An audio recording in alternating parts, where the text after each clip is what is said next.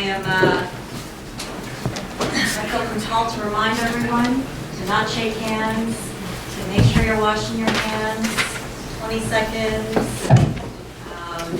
elbow handshakes, not real handshakes. Can we read out the, okay, so we're ready to go? We have 2 items on the agenda for today's land use public hearing.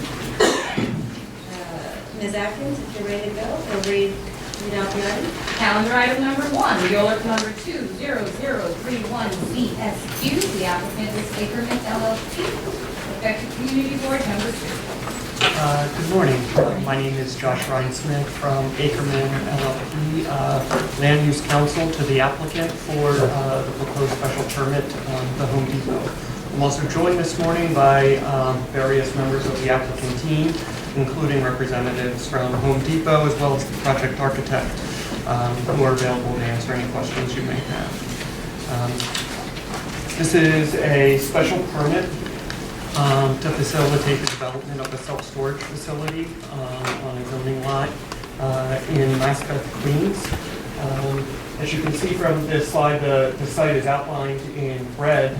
It's an irregularly shaped zoning lot with frontage on Maurice Avenue, Borden Avenue, and 55th Drive in Maspeth, just south of the Queens Uptown Expressway. The property has approximately 315,000 square feet of lot area and is located within an M11 zoning district, as well as being in a designated area within Appendix J, which does not permit self-storage uses as of right, and are only available by special permit. This is an aerial view of the site. As you can see, it's just south of the Midtown Expressway. To the north is the cemetery, and to the south is predominantly industrial warehouse distribution center type businesses.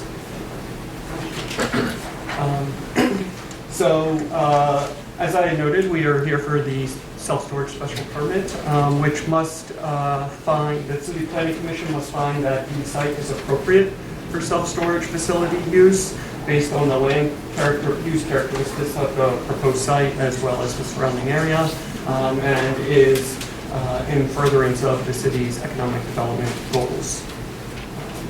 So real quick, this is a map identifying self-storage facilities within a quarter-mile radius of the subject site, which there actually are none. And this next slide is a self-storage facilities map of all self-storage facilities within Queens Community District 2. As you can see, there's a small cluster of them right in Long Island City. However, the western half of Community District 2, particularly in the area of Maspeth, does not have any self-storage facilities at all. The blue dot is the subject site.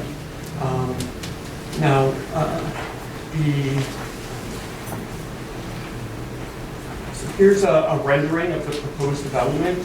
The self-storage facility is actually a small component or a small portion of the overall zoning lot area.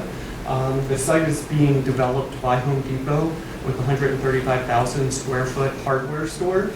In addition, along Maurice Avenue, there are 2 retail developments of approximately 8,400 and 12,800 square feet respectively.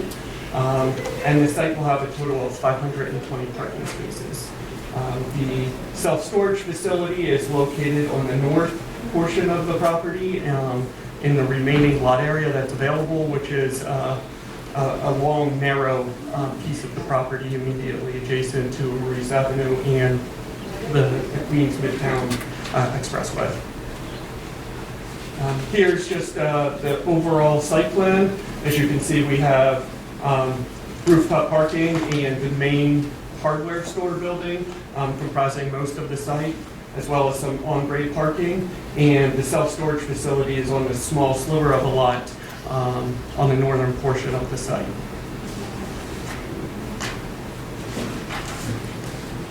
These are just some renderings of the overall site, including the retail buildings, the Home Depot store, and then the self-storage facility that is adjacent to the elevated expressway. So the proposed self-storage use is going to not only serve local residents, but also a significant portion of it is going to serve local businesses, local contractors, and Home Depot has found that self-storage facilities in close proximity to their stores are used by contractors who have to advance order, various fixtures, equipment, well in advance of when it needs to be used, but it needs to be placed somewhere. And a lot of these small businesses don't have the economic wherewithal to lease out larger spaces. And so the self-storage use is flexible for these small businesses and much more affordable than making large commitments to leasing warehousing space in traditional warehouses. And so we believe that the actual facility is going to support a lot of the small businesses, the construction businesses in this area of Maspeth.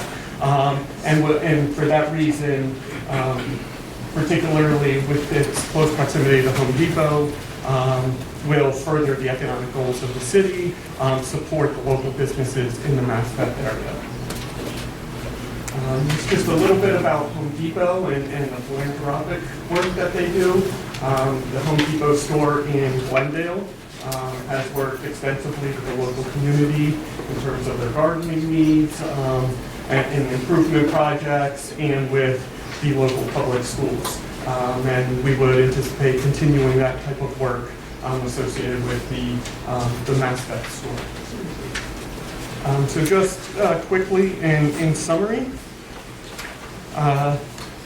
we believe that the self-storage facility will support hundreds of local businesses and contractors immediately in the area.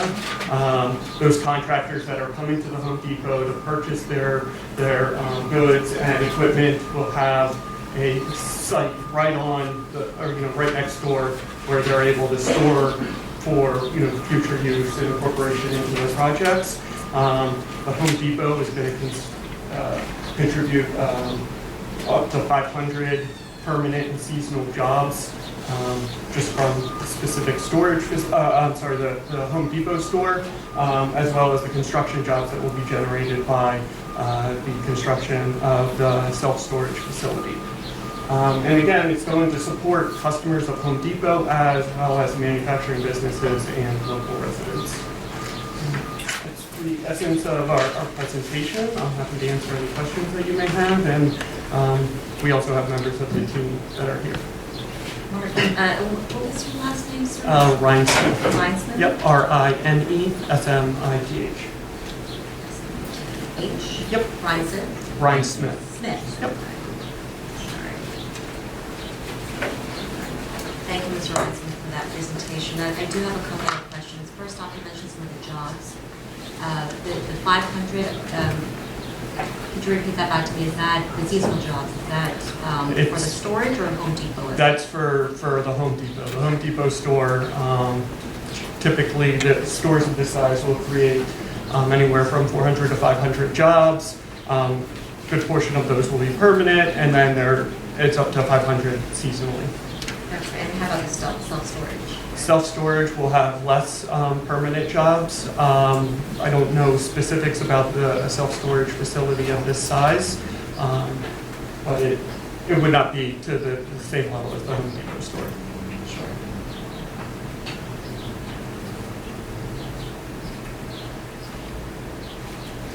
And are they union jobs?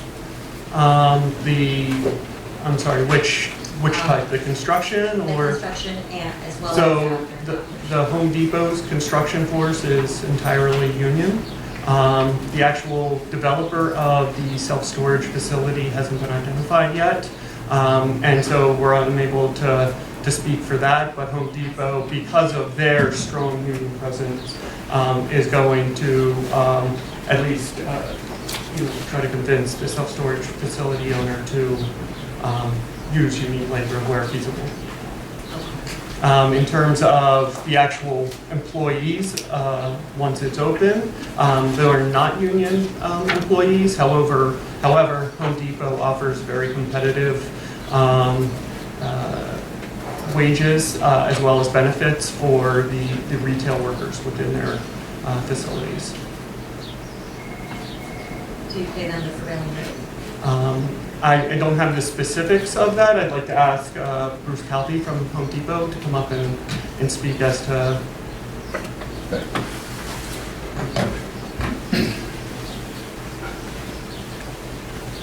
Sir, when you approach the mic, I'm going to ask that you say your name again to the mic for the record.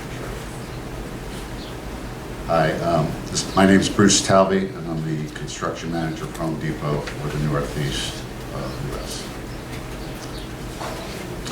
So with regard to the jobs, we pay a competitive wage, which is, we look at what our competitors, Lowe's and other home improvement venues do, and we have a great retainage of associates in our company. We do offer a great benefit package, and we're almost 500,000 associates strong at this point nationwide. So we have a great retention, reputation, and people, they find it's a good place to work and a good place to advance their careers as well. So it's not just the entry-level jobs, but there's a lot of opportunity to ladder up.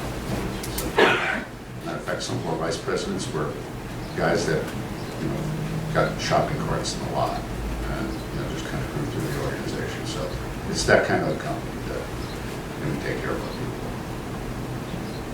Thank you for that. Sure. Mr. Weissman, coming back to you. So,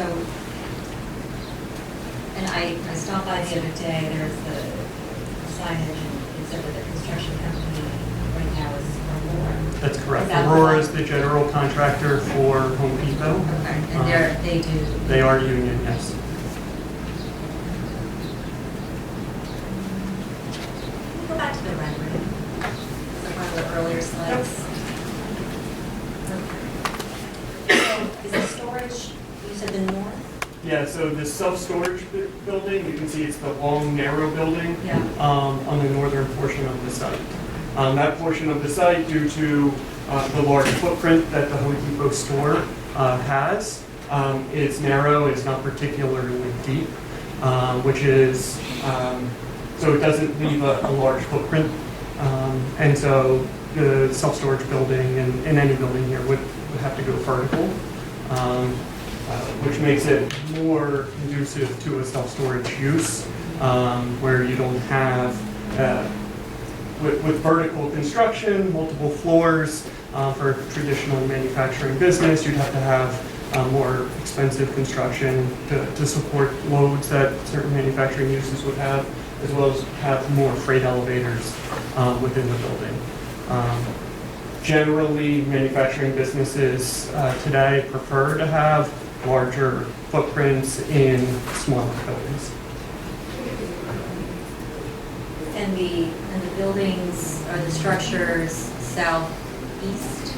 Right here? Yeah, what are those? So they are separate retail buildings that are being developed on the zoning lot by other developers. What kind of retail?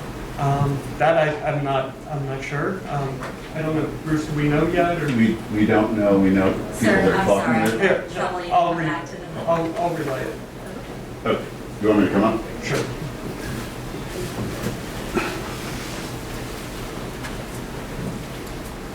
Pardon the trouble with some open meeting laws. So, the average size space within those two buildings is, roughly about a 2,000, 3,000 square foot unit. So one will have like 3 separate stores in it, the other might have 5.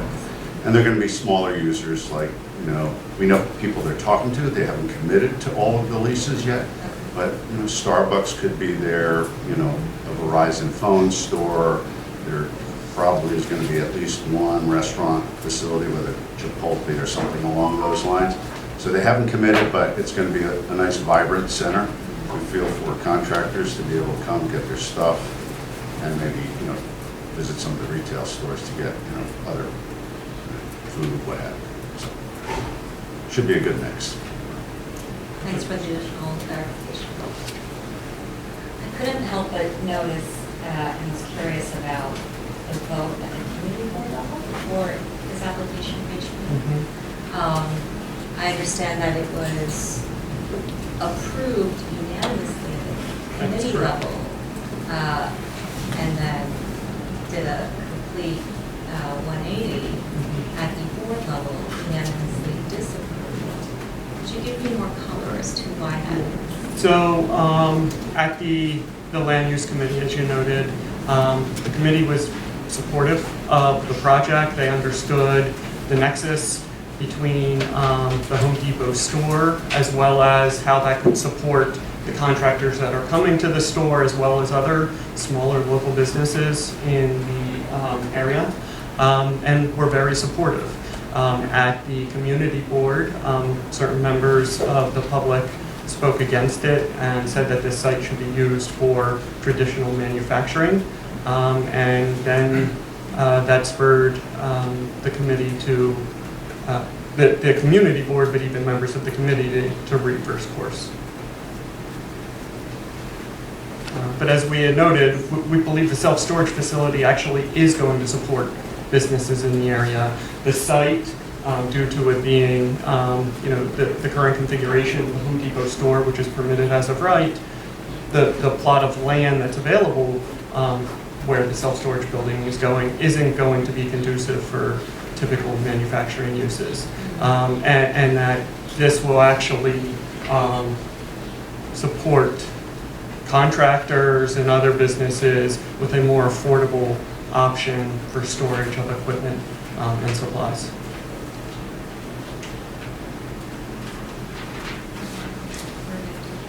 This is Irving Floyd, my director of planning.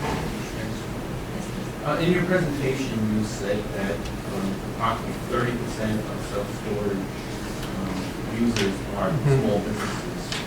Correct. Where's that number derived from? So that's come from testimony at the city council, and I could ask actually Mike Wallace to come up at some point to respond more specifically. But I believe Home Depot has found that number can even be higher, just due to the synergy between the contracting businesses and their supply chain.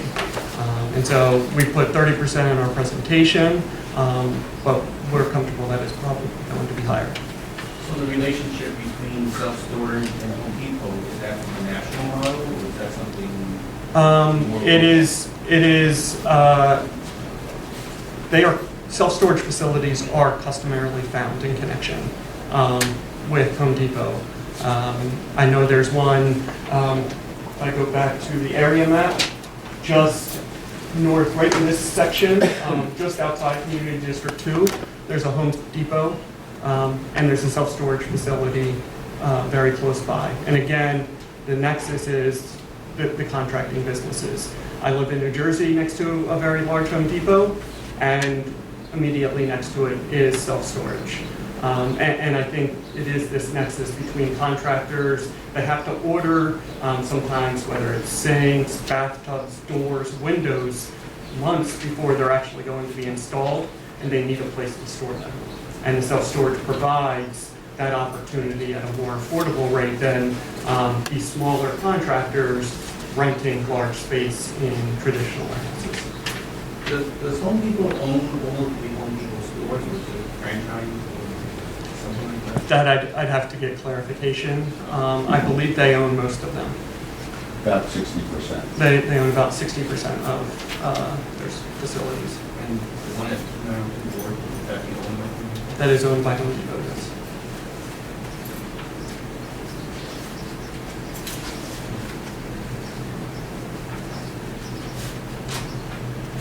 I have in my briefing, but I don't see it in the actual decision by the board, or recommendation, I should say. There appears to have been a modification to the recommendation. A modification that the applicant repurpose the proposed commercial buildings to industrial Have there been any effort to even explore that since the committee board So, rendered its recommendation? Let's just go back to the rendering. Are they referring to these buildings that are, or? Says the community board proposed that the applicant develop the two proposed commercial buildings adjacent, so it must be the two, Yeah. the retail buildings. Yeah. For industrial manufacturing uses consistent with the IBC. And those two retail buildings Yeah. are being developed by another party, so Home Depot does not have control over that development.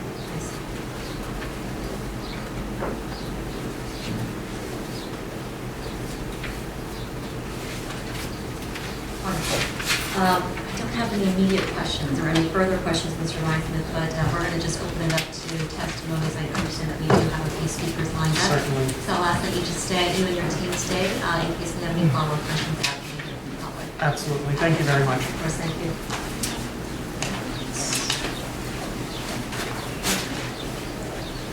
All right, we have a number of speakers lined up, both in favor and in opposition. Typically, we will go, we'll alternate between the two. So let's, are these in order in which folks signed up?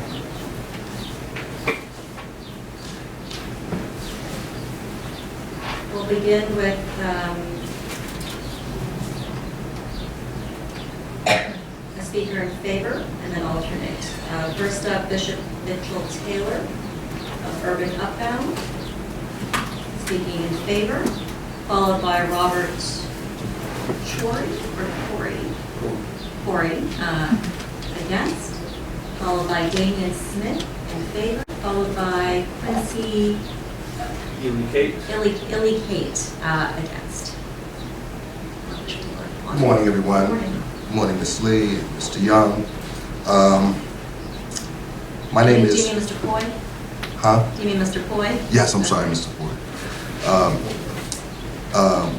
Dear Borough President Lee and members of the community, my name is Bishop Mitchell G. Taylor, co-founder and CEO of Urban Uptown, a citywide nonprofit organized to break cycles of poverty in public housing neighborhoods across the city. I am also the senior pastor of the Center of Hope International, located in Jamaica, Queens, and Long Island City. By way of background, I have been a lifelong resident of Long Island City, living particularly in Queensbridge houses as a young man. I founded the not-for-profit organization Urban Uptown in 2004 with the intention to develop high-quality social services that address resident needs. Over the past 16 years, the organization has grown to serve 25,000 youth and adults living in public housing and other low-income and moderate-income neighborhoods in Queens, Harlem, Bronx, and around the city. We provide underserved youth and adults with the tools and resources needed to achieve economic prosperity and self-sufficiency through the 5 comprehensive integrated programs we have: employment services, financial counseling, income support services, community revitalization, and business development. Given my experience with Urban Uptown, I see the proposed development as an opportunity for the surrounding Maspeth community. It will provide a large number of new jobs and access to storage for small, mid-sized local businesses. Urban Uptown works directly and extensively with small businesses all around New York City. We have a department dedicated for the development of small businesses. And one of the barriers small businesses have, especially in the construction field, is the ability to store their materials. They can't afford warehouses, they can't afford some of the things their counterparts have, especially since we work with a lot of minority businesses that are MWBE or WBE certified. And so, just going off script here, a combination of construction supplies and a place to store those supplies in close proximity for the folks that we serve that are trying to come up is a big, big deal. And so, on behalf of the hundreds and thousands of folks that we represent around the city that are not only working on jobs, but working on building companies, especially that in the construction field, they would like to see this happen. And it would benefit not only Maspeth, but the surrounding Queens area that will use that Home Depot. That's it. Great, thank you, Bishop Taylor. No questions? I have no questions. Did I do that good of a job? Okay. Thank you very much, Bishop, for delivering your testimony in person here today, and also providing written testimony. Up next, Robert Shorey, speaking against, followed by Damian Smith, speaking in favor.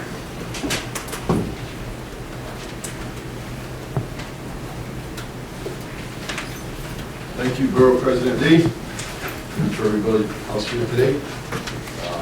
As I heard my friend here, Bishop, talking about growing up in Long Island City, I grew up in Washington Heights, been a city boy my whole life. I'm a business owner of Valenti Yeast Company, but I'm also on the Manufacturing and Industrial Council, a board member of it. So I'm here to speak, as you asked earlier, has Home Depot looked to source to keep the true IBC zone requirements?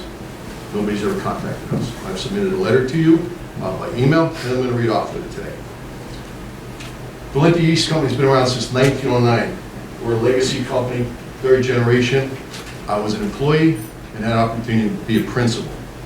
We work side by side with the bakers and restaurants in New York City, delivering the ingredients that you need. Okay, I will bet dollars to donuts, every one of you has eaten something that came out of my warehouse. We're located 6126 Maurice Avenue, less than half a mile away from this facility. We're constantly looking for real estate because we lease, or coming to the end of a long-term lease. We're looking at 30 to 50,000 square feet. Yes, he is true when he's saying in manufacturing you need certain facilities. For us, it's distributions of pallets, so you can rack a building like that very high, use the total cubic feet that we want to be very productive. So for us, it works. We currently have anywhere around 30 people, 25 to 30. We're looking to expand to 50. We're actually looking at acquisition at this point. If we can't find real estate, our lease is up in less than 2 years, we're going to have to move. We're looking at New York City. Quincy from Bach has showed us certain locations. Either we cannot afford it, or it just does not work.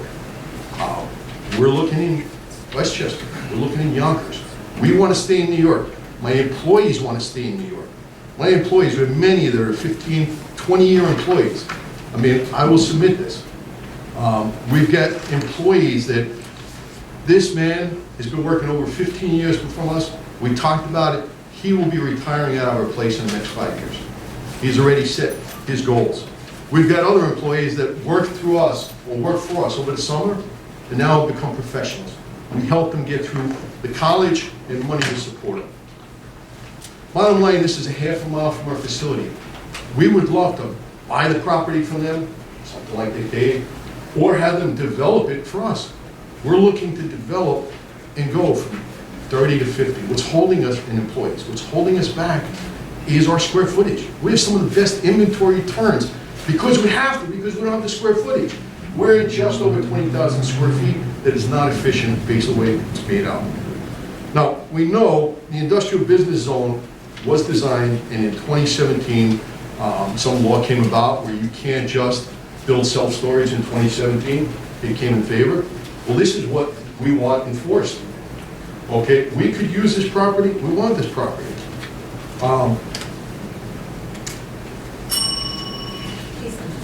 Okay. Home Depot's talking about property not being conducive. It works for us. It's right where we want it. Our employees want to stay with us. We move out in New York City, they're not going to come. It's an ideal location. We're over 100 years old. We want to stay with New York City.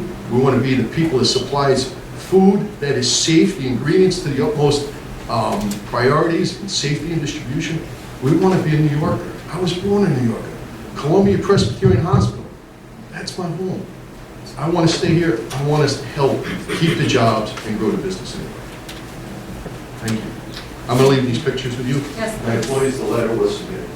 And I do have a couple of questions. Oh, sorry. Thank you for sharing this, and also thank you for taking the time to look at the testimony in person. And we will look for the email that you mentioned. Yep.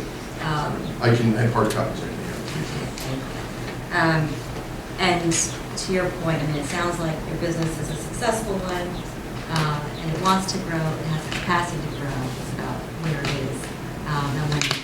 And we echo your sentiment, we don't want you to leave the city of New York either, we especially don't want you to leave Queens. Have you had any conversations with the city, any of the agencies about business retention, finding locations? So yes, Yeah. so to address it, we work, because I'm on the Manufacturing and Industrial Business Council, That's right. I'm very active in there. So we talk. Yeah. We also work with private realtors. Okay, we work with even this man Quincy here. They had shown us a property in Brooklyn. Right, it was pretty close. It almost worked, but it just wouldn't in the end. So we're actively looking. Yes, we are. I actually reached out and got a phone call from a Home Depot lawyer. Only identifies his name is Steve. I asked him to send me an email follow-up. Didn't get it. Because we would love to have a conversation and say, hey, can we purpose it for us? And if not, you want to rent it out? Do you want to build a warehouse that fits us? So we're interested in buying that piece, letting them develop it for us. We don't even know how to get to him, and the lawyer never gave me, and wouldn't give me his contact information. And that was last week. We do hire a lot of people through Workforce One, right? There's a agent, Andy Kurtz. He's a long-term employee, and he calls me up and says, you want to hire this guy? He tells me I want to hire him, I hire him. And we're part of the New York Scholars, Scholars Program, the high school internships. I'm working with LaGuardia College already for interns. We have given so many people a pathway to success. You hire a new driver. The New York City just got to get his CDL license. And Andy will call me up and say, hey, listen, I think you should give this guy a shot. We hire him. You know what? He may only stay with me 2 years because he moves to relocate his family or decides he, is going to go into driving out tractor trailers instead of straight. We're not angry. If somebody's going on to better themselves, we're happy, right? These high school interns. I mean, we teach them. They've never had jobs for these kids. And we're teaching them, one kid we kept on, this is amazing. One kid, his name is Danish, okay? He was really good on web design. So we got him through the high school internship. And we've kept him on, and he helps us rework our website. Now, children today, we get this, well, I'm into baseball, so, I'm not gonna have so much time for the next 3 months. Okay, does good work, we wanna be effective in his life, and we accept it. And the hours he can give us is just little tweaks for us. Thank you again. Okay, thank you. For your testimony. Up next, Damian Smith, speaking in favor, followed by Quincy Ellicott. Eli Kate.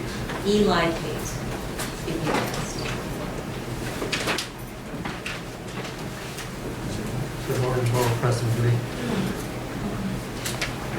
I'm Damian Smith, founder of First Standard Construction in 2008 after emigrating to the United States from Ireland in 2001.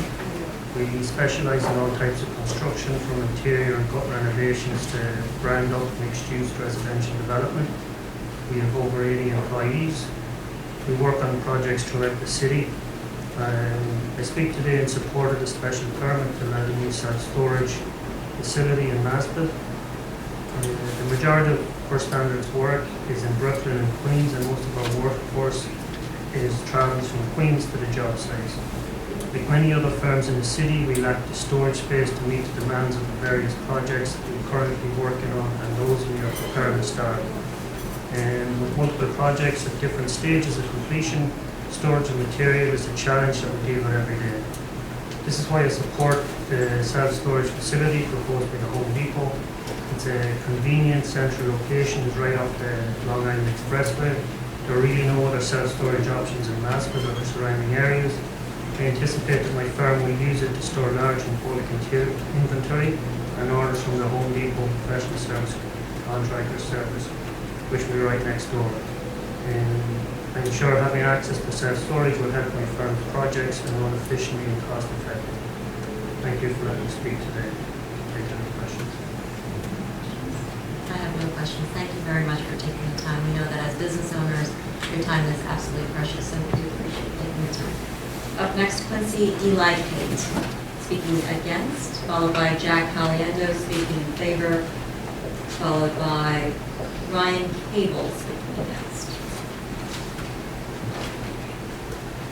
Good morning, Borough President Lee, and your office. I'm speaking today to urge you to vote no on the self-storage special permit application at 5902 Borden Avenue in the Maspeth IBZ. Importantly, I do not oppose the already underway as of right retail component of the Home Depot store. My name is Quincy Elikate. I'm Director of the Industrial Business Development and at the Business Outreach Center in the Maspeth Industrial Business Association. We are a nonprofit that proudly supports industrial and manufacturing businesses and jobs across Queens, which have been the backbone of this community for generations. IBZs are designated manufacturing districts that protect, preserve, and promote job-intensive manufacturing and industrial neighborhoods. Among the protections IBZs provide is a restriction on the development of self-storage facilities, which consume land intended for industrial and manufacturing uses, creates almost no jobs, and exacerbates the problem of businesses being priced out of the market. Every day, we meet with businesses who are being displaced and are forced to leave Queens and take their jobs with them. The Home Depot's developers have stated that this speculative self-storage facility for an operator yet to be identified would bring an estimated 400 to 500 jobs. However, the self-storage facility creates almost no jobs, and including that figure within the special permit application is deceptive and convolutes the decision-making process for community leaders. The development team has also suggested that self-storage tenants will be nearby general contractors. This is unfounded, and the development team seems to know this to be true, as if they flatly rejected a reasonable solution to restrict the self-storage facility for use by small businesses. Finally, as indicated in Zoning Resolution 74-932, here are 4 of the main criteria which should be considered before granting a special self-storage special permit. Whether the special permit use is consistent with the economic development objectives of the city. It is not. Self-storage is not. Whether recent trends for and levels of investment by use groups 16D, 17, and 18 demonstrate there is minimal demand for such uses. The demand in this area cannot be overstated. Whether the size and configuration of the lot make it better suited for self-storage than other uses. It is an ideal lot for many businesses. Whether the distance of the lot from an arterial highway or designated truck route make it better suited for self-storage than any other use in groups 16D, 17, and 18. This is located directly adjacent to the LIE and the PQE. We urge you to vote no on this self-storage special permit application. A vote of yes will represent a significant permanent loss to the available stock of valuable industrial manufacturing land and directly conflict with the established zoning resolution. We look to you, Borough President Lee, to help ensure that industrial manufacturing businesses in Queens are not just an important part of our past, but will also be an important part of our future. Thank you, Mr. Eli Kate, for delivering your testimony. Is that a copy for us? I have also sent one. Oh, you have? Yeah. Thank you very much. Okay.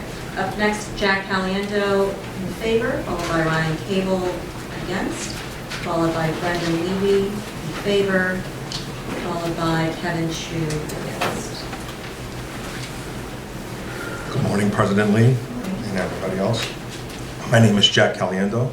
I'm the owner of Caliendo Contracting, a local Maspeth-based construction company, and has operated for over 15 years. Our office is about 1 mile south of 5902 Borden Avenue. I'm here today in support of the self-storage facility special permit application brought by Home Depot.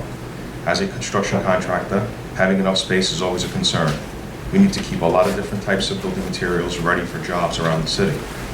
We also have tools and equipment that we need to have available. Our office is not large enough to store everything we need, especially larger items like doors, windows, and toilets. Often, we need to take time away from our jobs for supply runs because we cannot store materials on site and it's not safe to do so in our vehicles.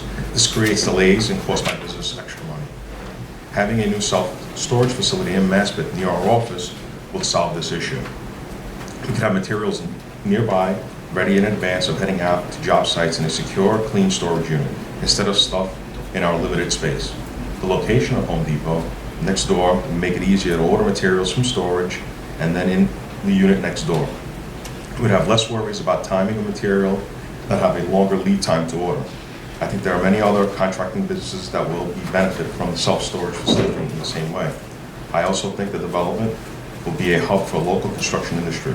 For these reasons, I fully support the special permit and development of a self-storage facility at the site. Thank you, Mr. Caliendo. And again, as business owners, we know that business owners' time is extremely precious, so it does mean a lot that you delivered your testimony in person. Thank you. Up next, Ryan Cable, in opposition, followed by Brendan Levy, in favor.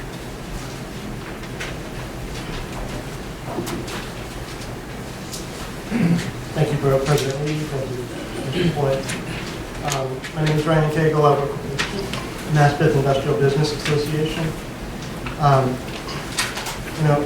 Home Depot will tell you that this is a procedural vote, yet it is one of the few protections offered in the industrial business zone. The zoning resolution to restrict self-storage facilities was enacted for a reason. This is not some formality that Home Depot team needs to go through in order to erect this facility. Home Depot will tell you that this development will bring 400 jobs, yet, as my colleague Quincy has said, that's a deceptive number. Self-storage facilities create just 5 jobs on average, and there's nothing special about this special permit request. Home Depot will tell you that this facility will be used by contractors, yet many of the contractors that my organization speaks with stores their tools along with their work vehicles and larger items far too big for self-storage facilities. And to say that there's some unmet demand that requires 6 stories of self-storage facilities for general contractors is completely baseless. And I think that the nexus between Home Depots and self-storage units is not, this rosy picture of the synergy there. The nexus is land prices. And land prices is exactly why the self-storage restriction exists, to keep land prices affordable for industrial business and manufacturing uses. Self-storage will drive up the land prices in this area, and that is the nexus that the Home Depot team has discussed. I also urge you to disapprove of this application because, as my colleague has stated, the City Planning Commission zoning resolution, Article 7, Chapter 4. Is this consistent with economic development objectives? No, it is not. In 2015, New York City Industrial Action Plan suggests to restrict self-storage. Can this demonstrate that there is minimal demand? We have letters from business owners such as Valente East, thank you, Bob, and the Greenpoint Manufacturing Design Center, which contribute to illustrate that there is sufficient demand. Is the size and configuration, inappropriate for industrial uses? No, it is not. This is a street-facing parcel. This can be readily configured to support any number of manufacturing uses. Even left vacant, this would be a higher and better use for this parcel. Even left vacant, it says to the community, we support industrial and manufacturing businesses. We support the zoning, the restriction on self-storage inside the few and scarce industrial business zones around the city. Even left vacant, it can be used for parking. And believe me, there is a need for parking in manufacturing areas. Even if left vacant, this parcel of land will not contribute to the rising prices that is leading to displacement of our scarce industrial manufacturing jobs. Thank you. Thank you, Mr. Cable. And forgive me for the mispronunciation earlier. Up next, we have Brendan Lee, who is the final speaker I have right now, speaking in favor. Followed by Kevin Shue speaking against. Followed by Danny Howland speaking against. And then Daryl Hollow speaking against. Good morning, Madam Borough President. I'm speaking on behalf of Tom Gretsch, the President and CEO of the Queens Chamber of Commerce. The Queens Chamber of Commerce supports this application for 5902 Borden Avenue, self-storage special permit. The proposal will facilitate the development of an underutilized M11 zone site with a new 6-story self-service storage facility. The development will also include a new Home Depot store, 2 commercial buildings, and ample parking. The 2 commercial buildings on Maurice Avenue contain approximately 20,000 square feet of floor area for new retail uses. More importantly, the proposed development will bring a significant number of new jobs, approximately 400 or more seasonally to Queens. This development is consistent with the character and purpose of the surrounding Maspeth industrial business zone and will boost the local economy at a time when there's lessening demand for traditional industrial uses. Moreover, the Home Depot self-storage uses complement one another. The location of the self-storage facility adjacent to Home Depot benefits numerous local contractors with a convenient location to store tools and construction supplies. We have heard that from our members. Queens Chamber represents over 1,150 dues-paying businesses, mostly businesses with 10 or fewer employees. Many of those are contractors. Home Depot benefits, so this is a benefit to the local contractors. In addition to the new Home Depot store, 2 commercial buildings at the site provide opportunities for other complementary local or national retail businesses to thrive in this location. For these reasons, the Queens Chamber of Commerce fully supports the proposed special permit and requests that it be approved. Thank you, Mr. Lee. Up next, Kevin Chu speaking against.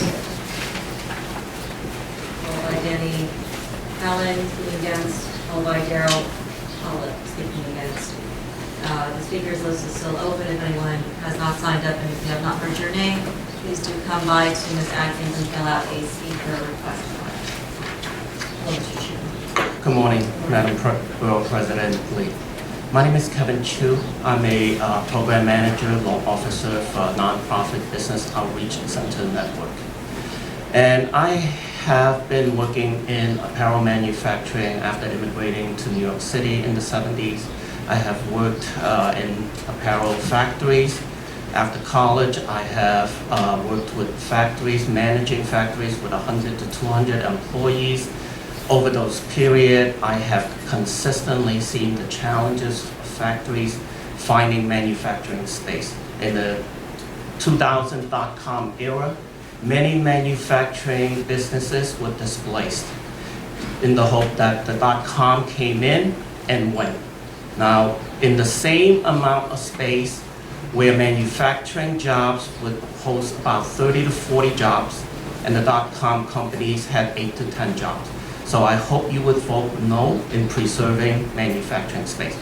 Our industrial partner, Greenpoint Manufacturing Design Center, is not here today. I'm here to read a letter that they wrote. And we have a copy of it, but you're welcome to read it. Okay.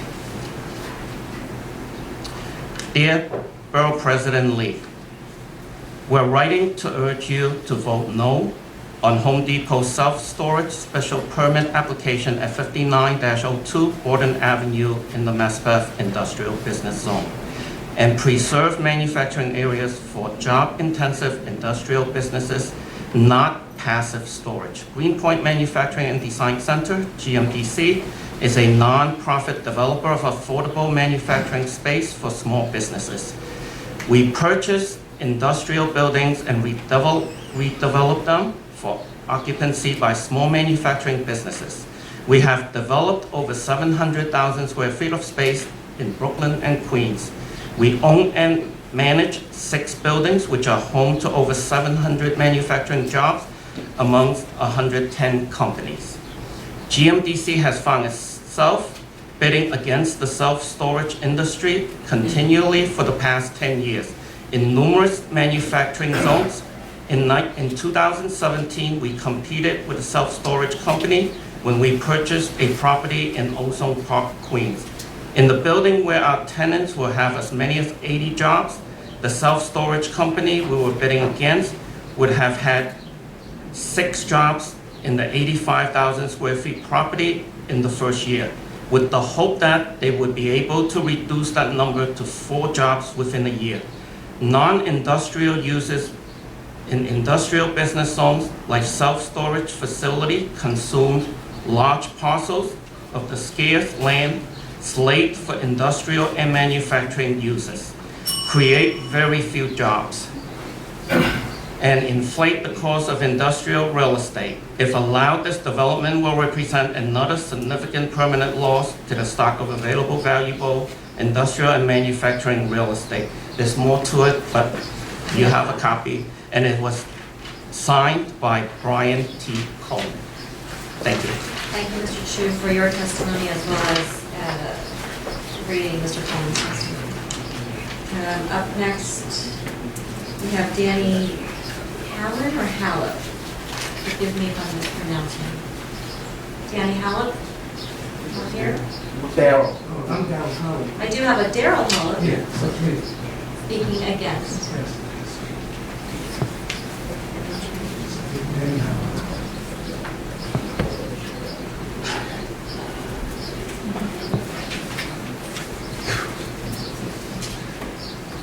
Good morning, Queensborough President Lee and members of the Queensborough President's Office. Thank you for the opportunity to testify.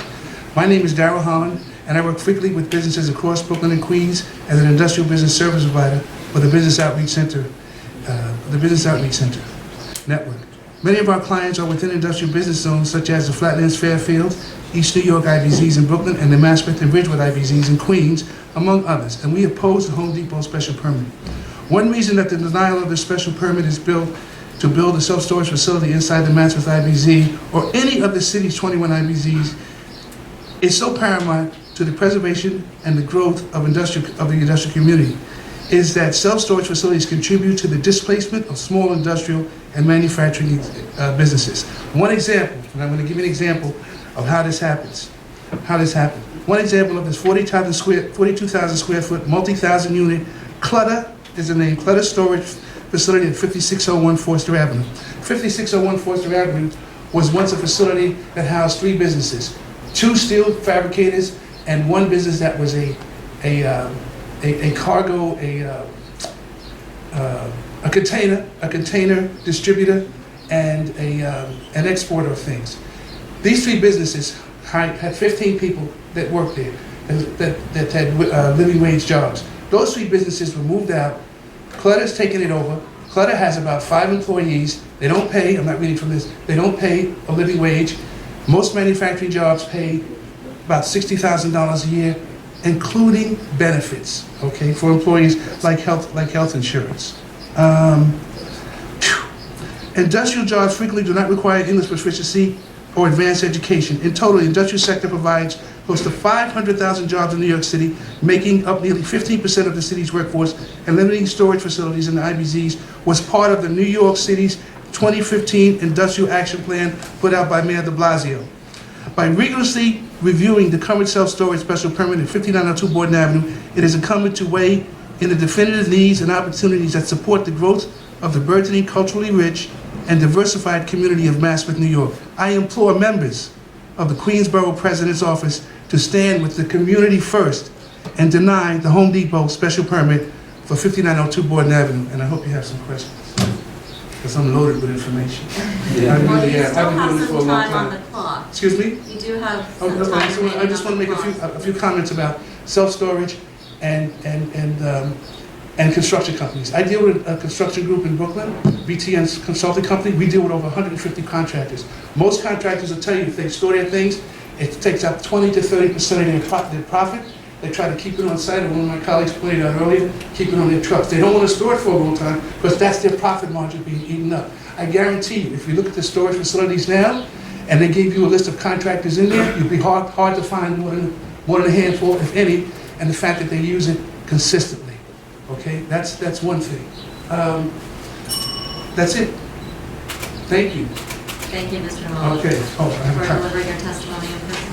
Thank you. And if you have any materials that you'd like to share with us, we'll put them on the record. Yes. Oops. The last speaker request that just came in, Michael Wolof's story.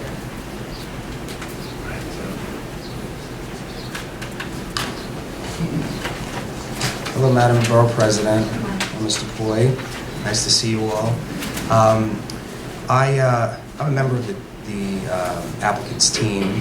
My name was mentioned earlier about possibly qualifying the 30% number.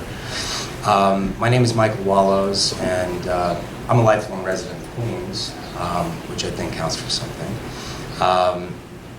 I was very involved with the zoning text amendment, the citywide zoning text amendment that passed in 2017. So I know a little bit about the arguments for and against self-storage.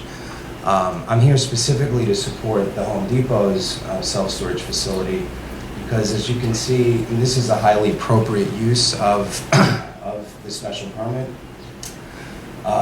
There are other areas that have large concentrated clusters of self-storage. This is clearly not one of them. This is clearly tied to businesses in Home Depot that will use it, but also members of the public and the greater Maspeth community. I think what's most important for everybody to understand, and something I certainly learned throughout the process of understanding self-storage, is that self-storage is affordable warehousing for small businesses, hundreds of small businesses that have thousands of employees.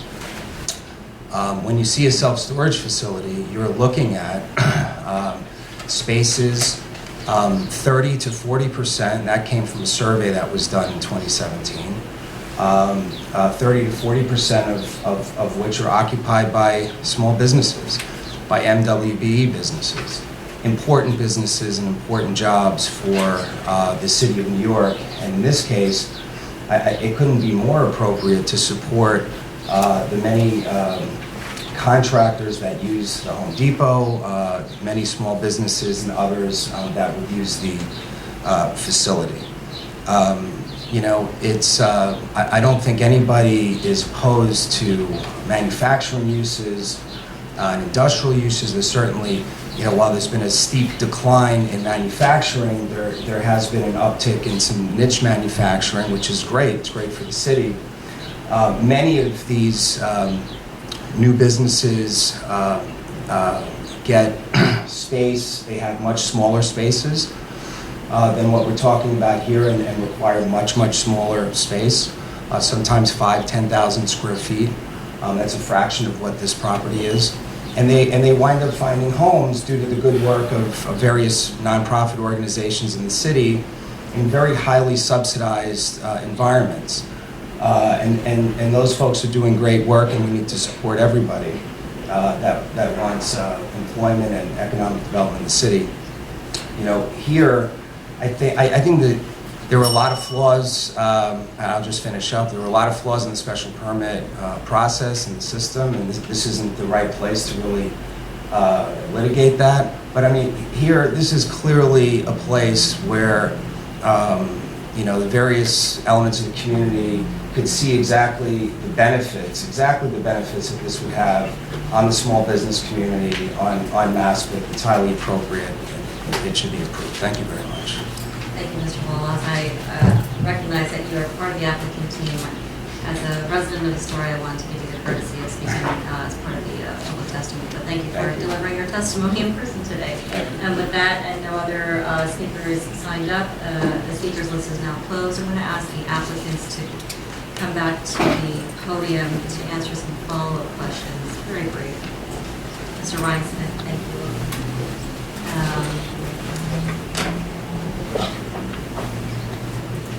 I have a quick question. You may have heard one of the testimonies from the public that we heard was even if it were left vacant, it would be better than what's being proposed. So that triggered a question for me. I understand that the self-storage facility is as of right. If this is part of an as of right, not the self-storage itself, but the development itself is as of right. So could you illustrate or help illustrate for me, if in the event that this application were not granted, what would be on the site? So honestly, I believe the most likely development could be something significantly smaller than this. I believe the market would probably be for other as-of-right uses, such as retail, office is permitted as of right in this area. So, we believe that the self-storage use is, from an economic perspective, much more beneficial than leaving it undeveloped or just as a parking lot. The development of the self-storage facility is going to create jobs, and it does support local businesses. It is a 6-story building that's 130,000 square feet. And even with that development, we're still utilizing less than the permitted floor area on the overall property. And while there may be one to several businesses that could take portions of it, they're not willing to essentially develop or lease the entire space. And so that'd be a spec development for manufacturing use that has, particularly on the higher floors, is not as conducive to traditional manufacturing use. In this instance, we have a development. Home Depot has found, just through their own experience, that these self-storage facilities do support the local contractors. We've submitted letters and letters into the record from a number of business other than just the ones that's appeared and testified today, that this type of business, this type of opportunity is something that is needed, particularly in the contracting industry. I know there was a comment made about storage cutting into profit. And that is for contractors. And I can understand that sentiment, but this is an affordable option that provides contractors the flexibility to rent on month, 2, 3 month segments to house the product, the equipment that they need for a particular job for its installation in a future project, but they're not committed to a long-term lease for warehouse space. So it is an affordable option that I think actually reduces overhead for contractors and can help support those small local businesses. And the other thing I heard during public testimony was they don't pay a living wage. And then earlier when you started your presentation, and I think it was supplemented by some answers earlier, but my question is to whether the jobs are paying prevailing wage. I think I heard the answer as competitive wage. That's correct. So does that mean that's the prevailing wage? Is there a reason why there was a different word used when I asked about prevailing wage? I believe in terms of, and I don't know the specific economics of Home Depot's wages, but it is a wage that is more competitive than Home Depot's competitors for these types of positions. I don't have the specific numbers as to how it relates to New York City prevailing wage, and we can provide that information in a follow-up. However, I think with respect to the self-storage facility, which is the subject of this application, it's true that it doesn't generate the same number of jobs as traditional manufacturing, but what this facility will do is support hundreds throughout the community, providing them with lower costs for storage, providing them with the flexibility to store goods on a temporary basis, and not have that long-term commitment, not have the same overhead that's required to lease traditional space.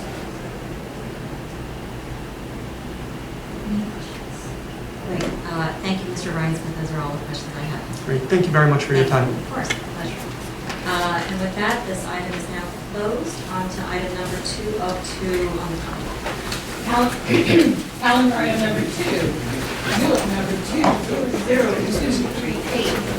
ECQ. New York City Department of Sanitation, Department of Citywide Administrative Services, Effective Community Board.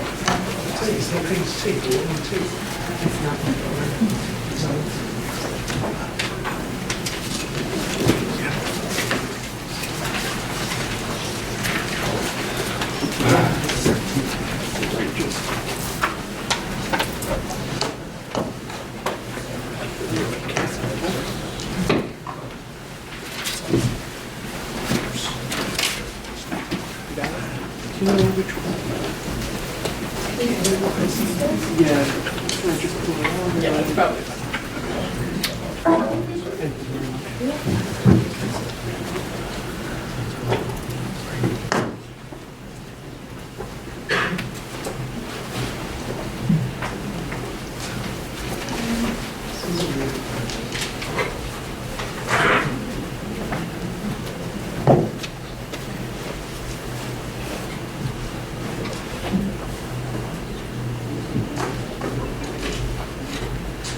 I know that the room cleared out, don't take it personally. There's a lot of interest in the the preceding Yes, item, very hot. but you have my full attention, sir.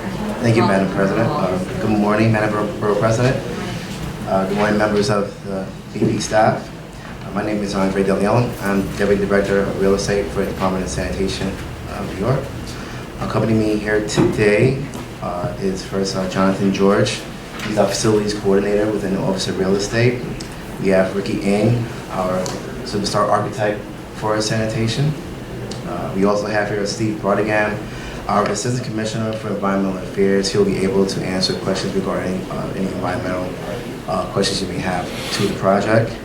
And we also have here Alana Davis, who is our Assistant Commissioner for Real Estate.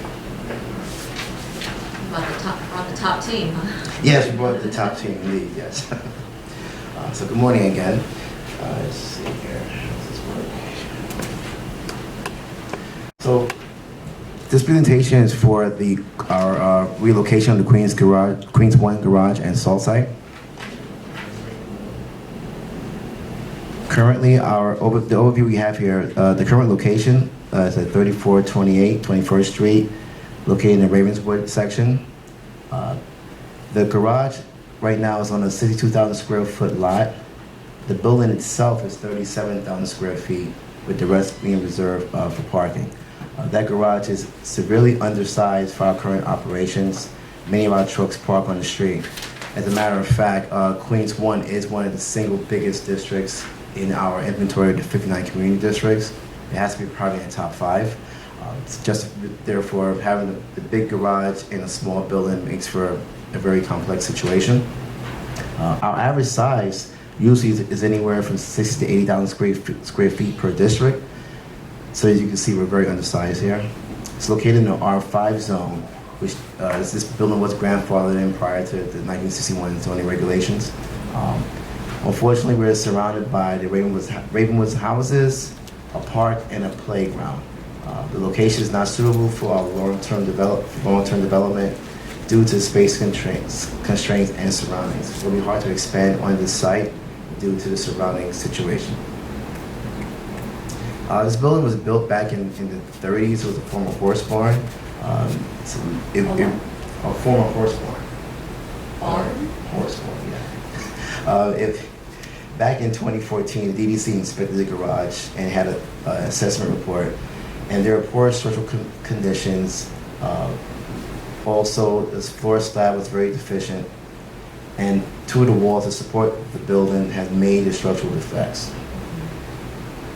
The cost to rehabilitate the garage at this location does not justify the short service for the life extension. And the garage repair at this location would also not result in the expansion of the building. So for us, the challenge remains to find a location that would support the large district of Queens 1. This slide here is the current conditions of the Q1 salt site. It's located at Vernon Boulevard, 43rd and Vernon. It is in the street bed of 43rd Avenue, which means it's under the jurisdiction of DOT. It's a very crucial site for our operations. It serves Western Queens. Due to the bulkhead repair by Silvercut Studios, DSNY must relocate its salt operations from the site in the next 2 years. Even if that were not to happen, the proposed BQX trolley project is also imminent. Plans have shown that it will actually run closer near Vernon Boulevard, which will result in us having to be displaced. So for now, our proposed site we have here is the Lysis Creek's location, 3111 20th Avenue in Astoria. It's currently zoned M31. We're trying to acquire 9.8 acres of vacant land with additional square footage for access and utility corridor.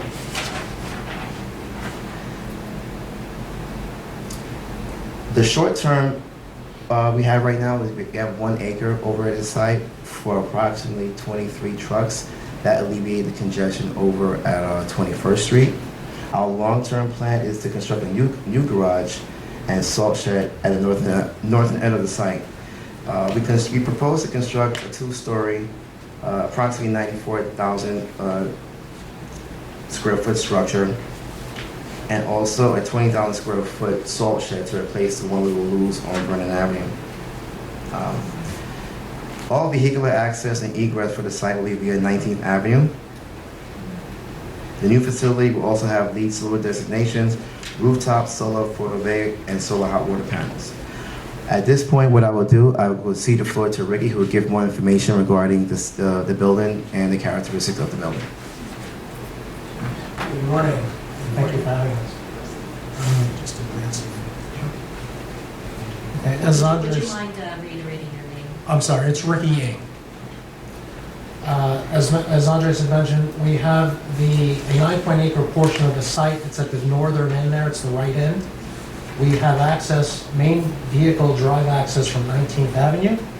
And from 20th Avenue, we're anticipating utility access. The portion of the design site there includes, as was mentioned, the garage, which is about 94,000 square feet. That includes the personnel administrative block, which is offices and lockers. And then the rest of the garage is to house our environmentally sensitive vehicles, our salt spreaders, and our brooms. And also within there is our repair bays and wash bays. So it's basically a 1-story building in the garage. It's about 36 feet in elevation. And then the personnel is a 3-story structure. It's about 54 feet in height. The salt storage is about 100 by 200 feet, a 20,000 square foot salt storage structure. In between the two is the canopy for fueling there. We've got... The cursor, I'm having trouble following what you're pointing to. I don't have a laser pointer. Is there a laser pointer on this?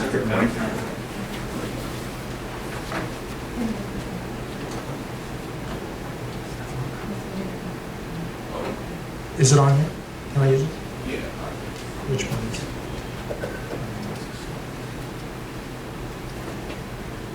Oh, there we go. Okay. Sure. So let me, I've got to see it. Okay. So this is the garage structure. And this is the salt shed. This is the 9.8 acres that we're talking about.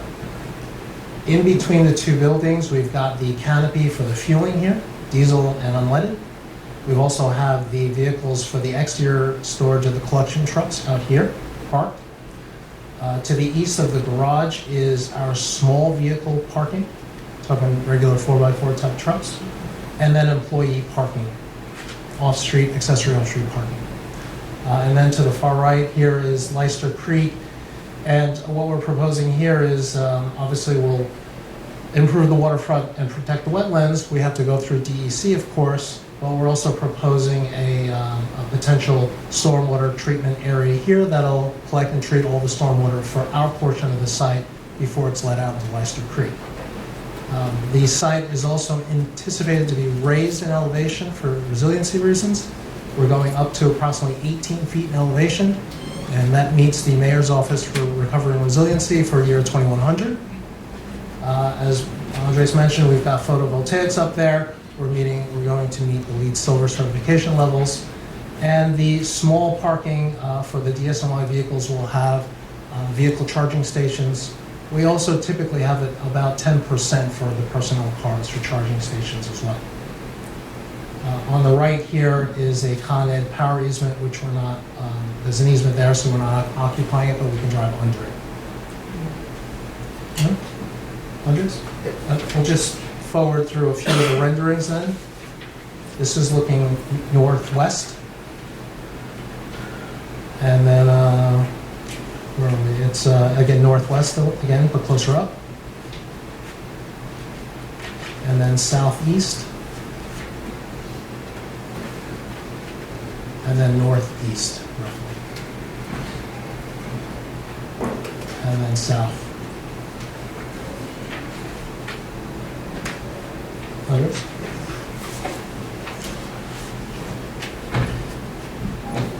Just a little background on the political process. We filed the ULURP back on January 15, 2020. It was certified on the 21st. We met with the Queens Community Board 1 board on February 5th, and they voted in favor of the application back on the 18th. We're aiming for August 2020 ULURP approval. As I said before, we currently occupy 1 acre of the site of our license agrees for 23 collection vehicles. Questions such as secret review, Commissioner Bradigan could answer. We also have issues, we have questions regarding the trucks and the technology. Commissioner Bradigan can answer that also. I think a little background about our staffing, our personnel. We have currently 144 total workers there, and equipment is on 92 pieces of equipment at this location. Nothing would change significantly in terms of the routes. The same districts, sectors will be served by the garage. They'll just be leaving from the northern end of Queens as opposed to Ravenswood in the middle of the district. And there's a proposed garage to the section centers, as you can see here. Where? We have where the current location, with the proposed garage, we show the arrows leading into the service sector. So I believe he has, is it six sectors for Queens 1? Yeah, we have 6 sectors for Queens 1, 6 sections. So they're colored in different shades there. And it shows from the truck routes they would take from the garage out into the center of their service sectors. And there are 6 of them. And then where is the site, the proposed site? Point It's right there. Oh, I see. There's the green green dot? dot, yeah. It's on the map. Okay. So the garage is being sited more north, the northern end of Queens 1, as opposed to its current location, which is more easterly. The current location on this map is the... It's not, I don't think it's not on. Oh, it's not on the map? It's, did I get that? Yeah, go. I didn't want before. Right, there's a green dot there too on the lower left. There it is. Yeah. I need to strengthen my glasses here. Me too. Surprise. No, that's my glasses. You can't see either?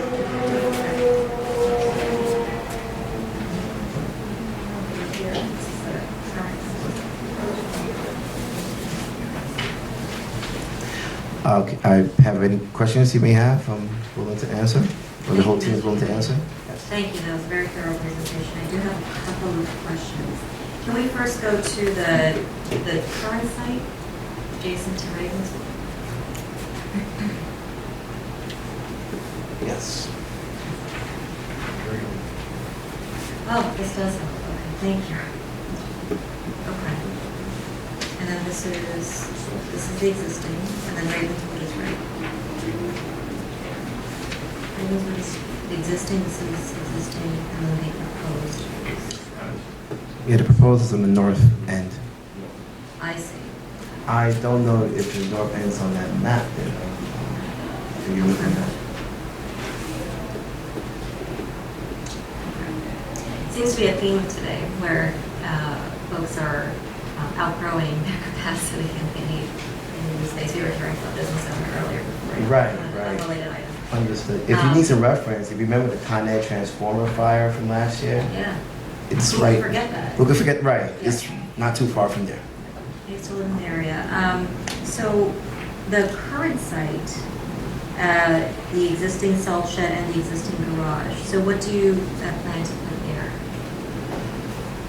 If we were to leave this site, Yep. we were relinquished to DCAS. Both the garage. Sure, and the yeah. salt The shed. DCAS site, we will relinquish the garage to DCAS into the inventory, and it will be used for development at their whim. I know it's a real hot location, real hot property. Yeah. Well, it's much coveted, I should say. Much coveted, yes, but All we can do is relinquish it to DCAS, and from that point on, it'll be up to them to see what they do fit. As far as the salt location, as I alluded to before, it will become either, the first will be the bulkhead repair by Silvercut Studios. They occupy a good portion of that area. And there's also been plans for the trolley service, the BQX service from Brooklyn all the way up to Astoria. And according to the map that Armand and I attended a meeting, it's supposed to run up Vernon Avenue, part of the route, which would cut into the bed of 43rd Avenue. It will not be developed.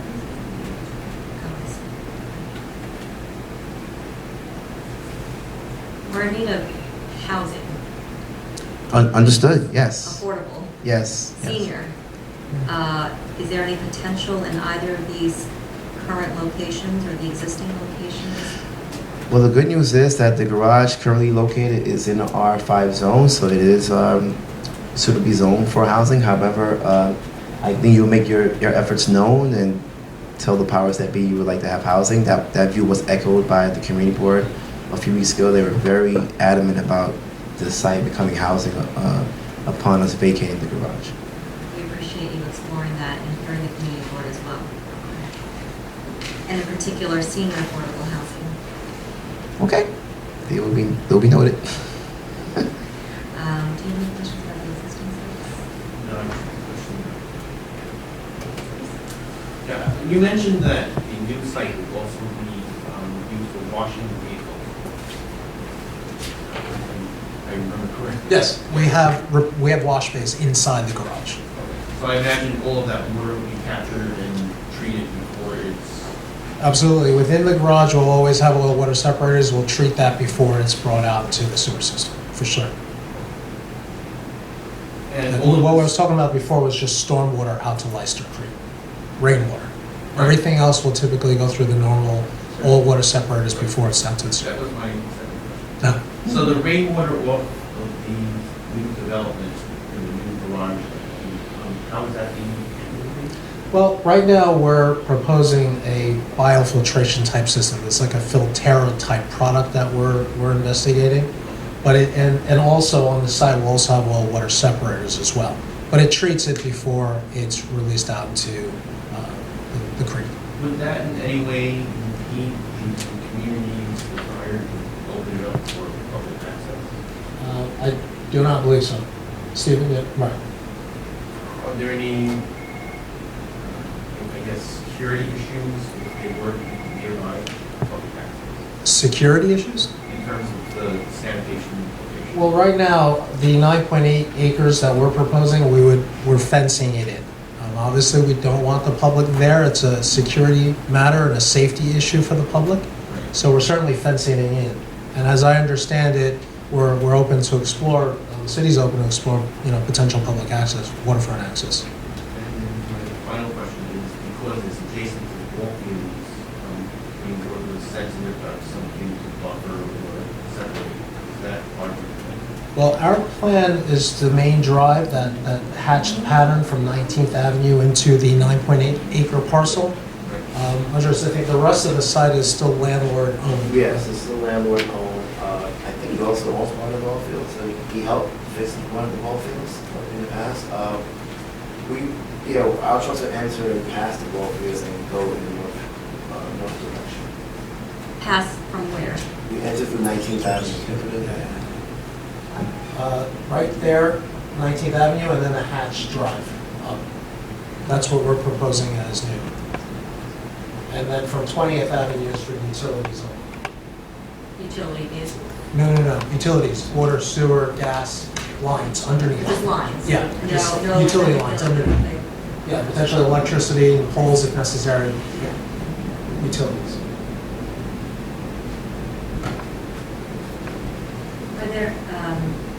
Are there any concerns about the impact of the vehicular, for lack of a better word, the trucks, the route that the trucks will go to access the garage and the salt shed in proximity to, looks like it's ball fields, soccer fields?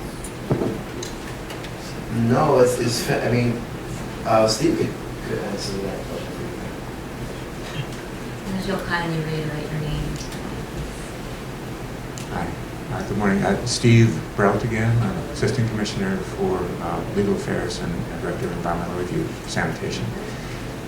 Yeah, we conducted a detailed environmental assessment of the project, which included traffic, air, and noise analysis. We brought in a consultant, worked with the City Department of Transportation and the City Department of Environmental Protection to consider the impacts. And long story short is we found no significant impacts to sensitive receptors, either from air or noise or to the traffic intersections from the traffic we'd be adding.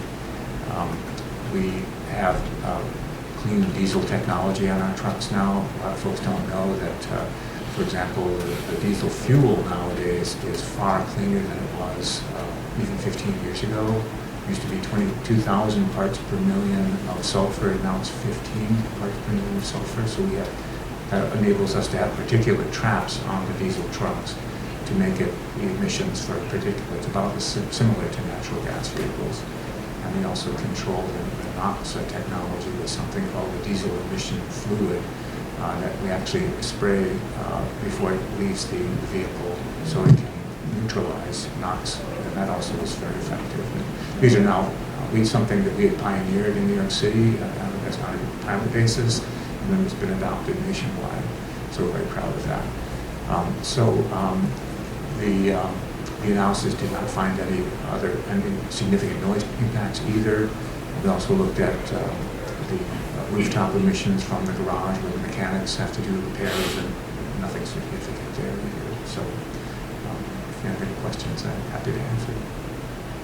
And so you were satisfied with the findings from the EA? Yes, we issued what's called a negative declaration summarizing that conclusion. Seems to be a motif also in this really negative declaration. I can't remember last time I heard that it prompted the EIS. Okay. All right, thank you, sir.